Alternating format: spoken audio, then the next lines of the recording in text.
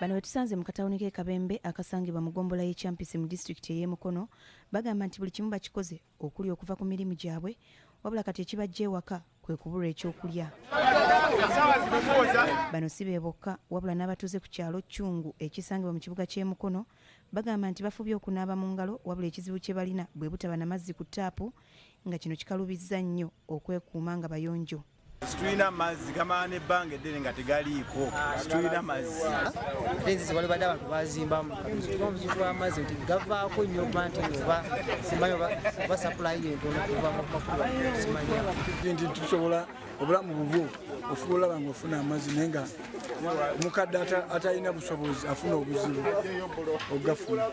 Mu kiseera kye kimu aba People Power mu disitulikiti ey'e Mukono nga bakulembeddwa mu Lydia Namayengo bali mu kutalaga ekitundu kino nga bakubiriza abantu okunaba mu ngalo wamu n'okusigala mu maka gaabwe okusobola okwewala ekirwadde ekya ssennyiga korona.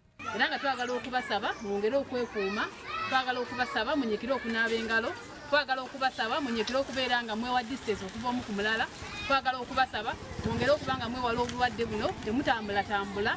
Meeya w'ekibuga Mukono Fred George Kajimu ng'ali wamu ne ssentebe w'akatale k'e Kame Peter Kibuuka basabye abatunzi b'emmere obutayongeza bbeeyi kisobozesa abantu okugigula. Bwe tuba tutunda mayinki bwe muguza batono ate mayinki ebbeeyi egenda kweyongera mu kkubo olyawo wano wano naye temwongeramu ssente zisukkiridde abantu baffe basobole okuba nga bagula emmere.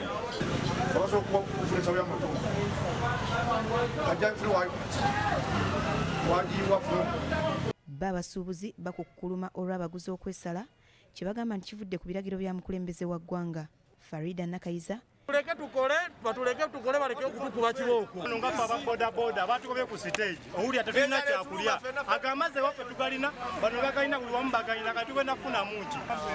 Batugoba ku makubo tudde waffe tukole kitwebake.